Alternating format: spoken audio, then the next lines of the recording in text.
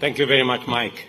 Excellencies, ladies and gentlemen, it's an honor to co-host this Global Renewables Summit with a group of like-minded partners. This is a timely and consequential event as we seek to translate a big vision into action. We made significant progress at COP28 under the leadership of my brother here from the UAE, notably with a commitment to triple global renewable energy capacity and double energy efficiency by 2030. Last year's inaugural Africa Climate Summit was an important step towards COP28. African heads of state adopted the Nairobi Declaration with climate-positive growth as a new paradigm for industrialization and development. A key pillar of this future is Africa's vast and underutilized renewable energy resources. In this room, we know the reality of a global disparity in energy access. Nearly 600 million Africans lack access to electricity, while another 1 billion are without clean cooking options. In sub-Saharan Africa, annual energy access gains of around 30 million people barely keep pace with a population growth of 28 million people each year. So you balance the number of people that are coming into the space with those that are getting electricity, it means we are running on a treadmill. This trend imperils progress across the entire Sustainable Development Goals on agenda and also imperils our Paris Agreement goals. This week, we adopted the Pact of the Future to improve our world. It requires our commitment to implement and realize the ambitions of the Pact. We will continue to push for a course correction of the global financial and investment gaps and the unfair financial systems. Africa receives less than 2%, sometimes it's say 3%, of global investment in renewable energy, despite being home to 60% of the world's best solar opportunities. Last year, the continent added less than 3 gigawatts of renewable energy, while the world saw a record addition of nearly 500 gigawatts. So, 3 gigawatts with a potential of 60%. That tells you the disparity. Africa must pursue industrialization and economic growth to tackle the crippling energy poverty. Although the continent is resource-rich, unreliable or expensive energy limits our ability to harness these resources for development. High capital costs and economies of scale mean that investors require secure offtake agreements as a mechanism of de-risking their investment. Establishing anchor industrial demand, driven by energy-intensive industries, is crucial for securing these investments. We have a significant opportunity as the world to seek and expand and diversify value chains, particularly for energy transition. However, not all industrial development is beneficial. Historically, exploitation of Africa's resources has not yielded benefits for its people. We must avoid repeating these mistakes of the past. And that is why we have made a decision as African heads of state to re-engineer the Africa Union. I have been mandated by my colleagues to reform the institutions of the Africa Union so that we can make it fit for purpose, give ourselves voice, and do the right things to attract investment in spaces that are important, as in climate action. This is why I am also driving the Africa Green Industrialization Initiative, which we launched at COP28, and now advancing with a group of global leaders this week. Expanding energy is critical for Africa Green Industrialization Initiative's agenda. Next month, together with IRENA, We are hosting the first accelerated partnership for renewables in Africa. That forum in Nairobi, and we look forward to hosting many of you. Ladies and gentlemen, as we continue our discussion on mobilizing finance, it is also important that we keep this approach in mind and focus on both supply of and demand for renewable energy at the forefront. By doing so, we can unlock ideas, partnerships, and approaches expanding our range of solutions. With Africa's unmatched climate competitiveness, we can offer global solutions that grow our economies, create jobs, and dignified livelihoods. We can generate healthy financial returns. Let me repeat that. We can generate healthy financial returns. I know there are people here listening. But we need systems and tools that truly work for Africa and, by extension, for the world. The world has the means and technologies needed to achieve the tripling goal by 2030. But there are numerous pathways to reach this target. Without a deliberate, a disciplined, and honest approach, the development divide may widen. The power of choice is in our hands, literally and figuratively. Let's wield it wisely and make it count. I thank you.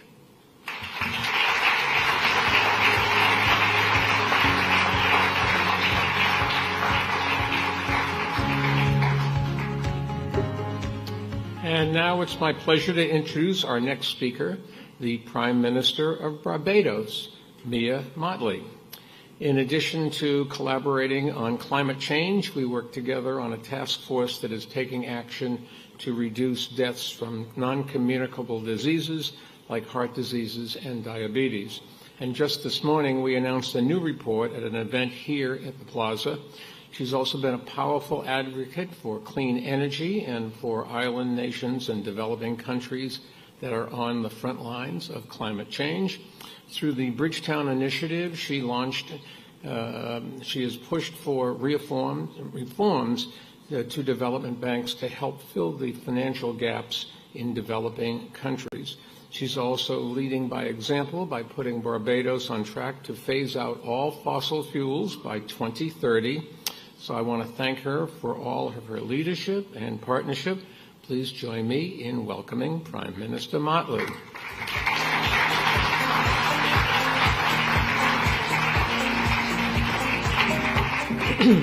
Thank you very much, Mike. To my dear brother, President Ruto, President von der Leyen, Sultan Al-Jaber, our new president of COP29, let me say how pleased I am to be here to speak this morning on this Global Renewables Summit.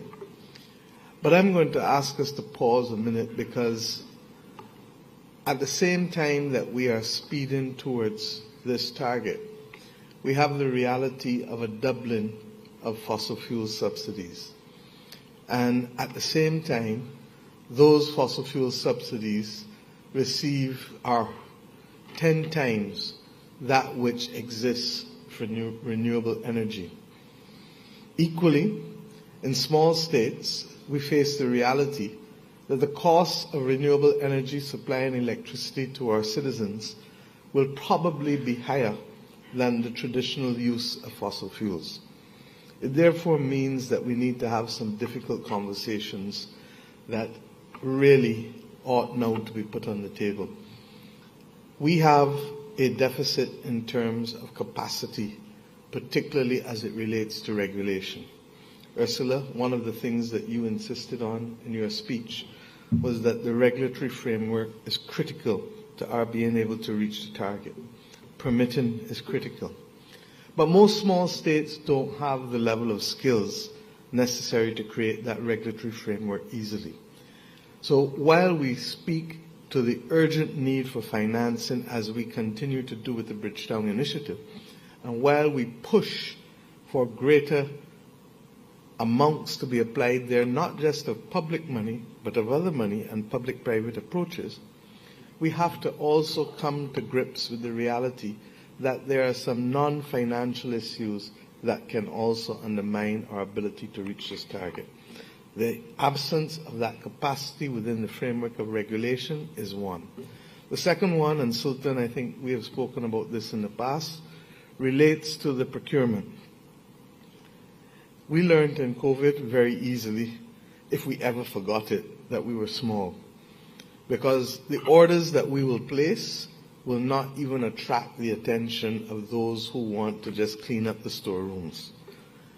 Our orders, therefore, will have to find a mechanism for pooled procurement if we are going to be serious about allowing small states to reach the objective of wanting to phase out fossil fuels and wanting to increase our reliance on renewable energy. But it's not just the pooled procurement. We may have to look also at pooled investment in regions.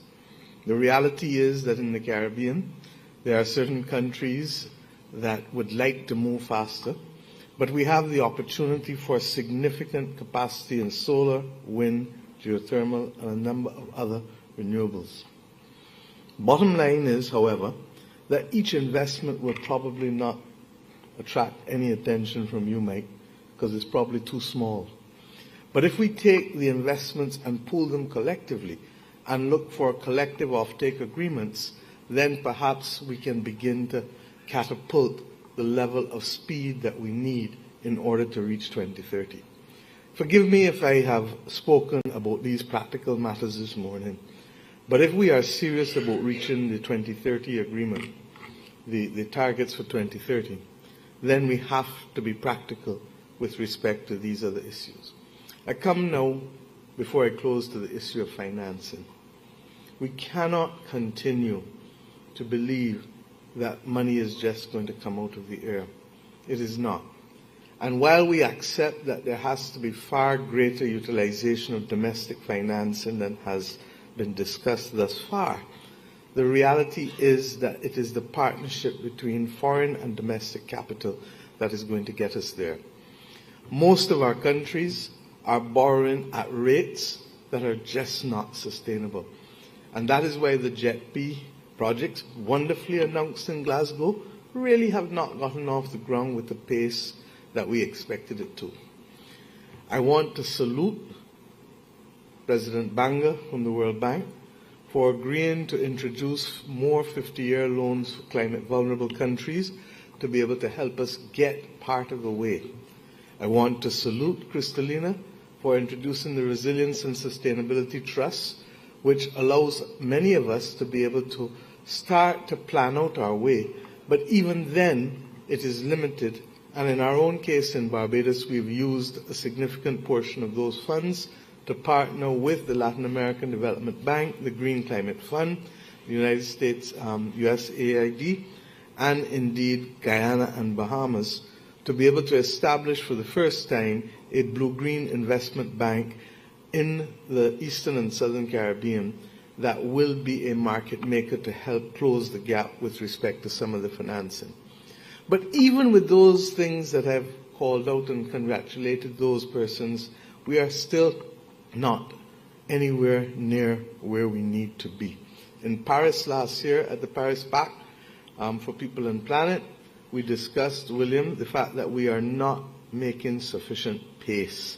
We're not moving with sufficient speed, and we are not moving on a broad enough front. Sultan, you have been able to add significantly to the global financing with the establishment of Altera. But the reality is that we are not yet near there. And my fear is that we say the same thing year after year after year, but the only difference is that the temperature keeps getting higher and higher, and the consequences of our failure to act with speed become real in so many parts of the world that have not yet hitherto been exposed to it.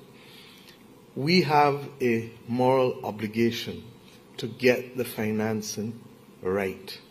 And the next day, we will put out Bridgetown 3.0. which takes into account the progress we've made, but sets clearly still the ambitions that we must reach if we are going to be serious about enabling persons to reach the targets for the Global Renewables Summits, while at the same time not forgetting that the broad sustainable development goals must be our target, because we are not one-issue people.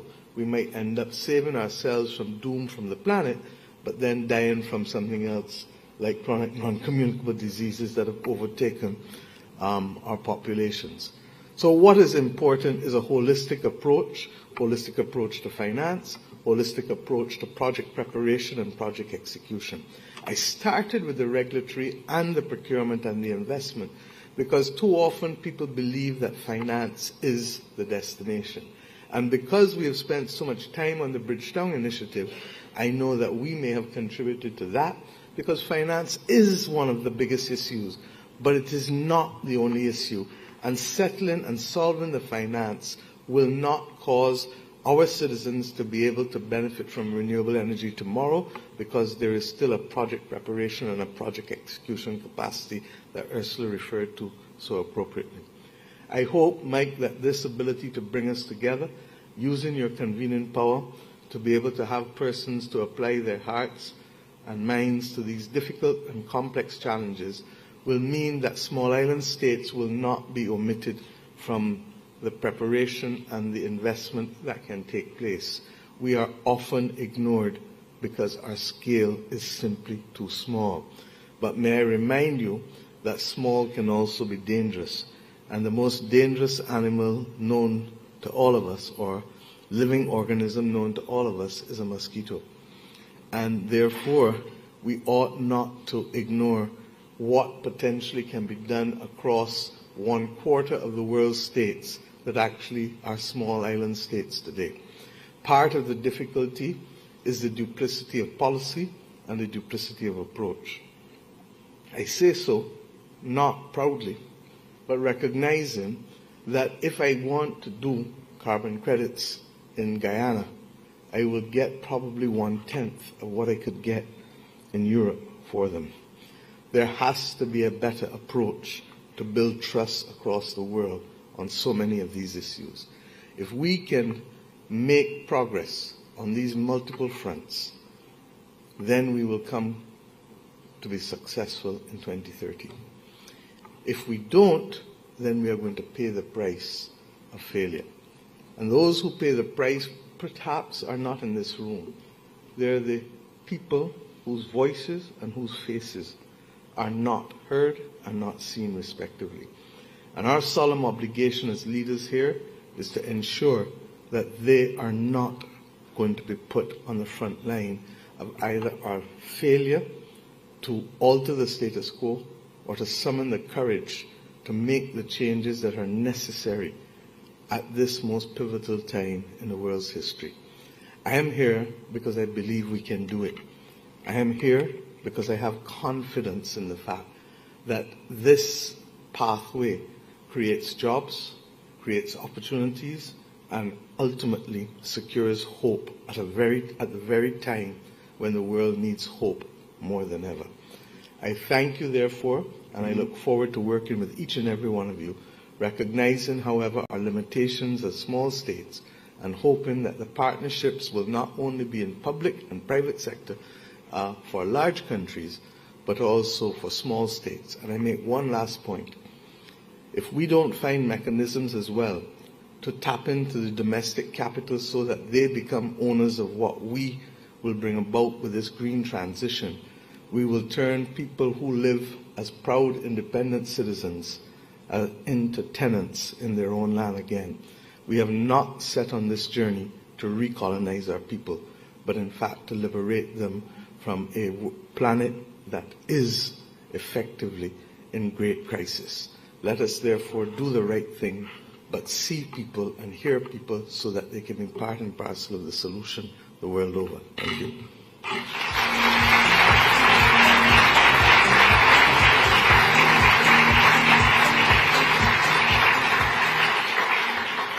When the Secretary General of the United Nations called and told me that He had selected one of the largest oil exporters in the world as the host country for COP28. I thought he was what we in New York would call a little bit meshuggah. That means crazy for those of you that don't live here.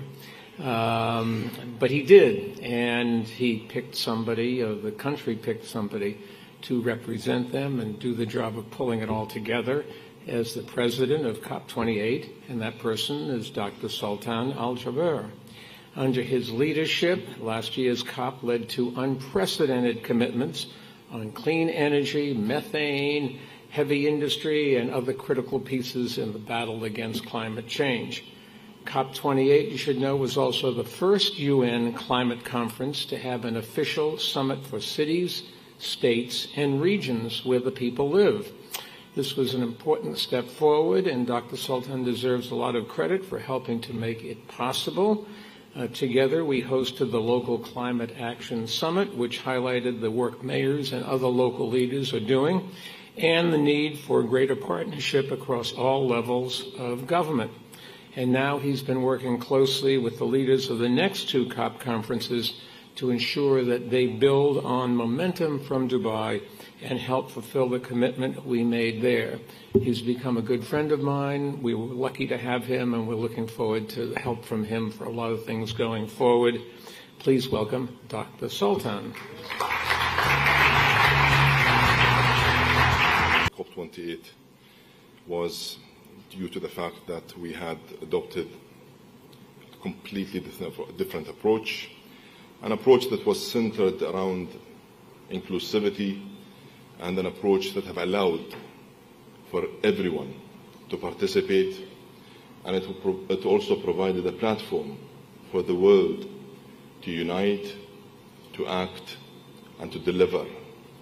And it was that platform that have enabled me to prove the skeptics wrong and to inspire the optimists and who were really genuine in helping advance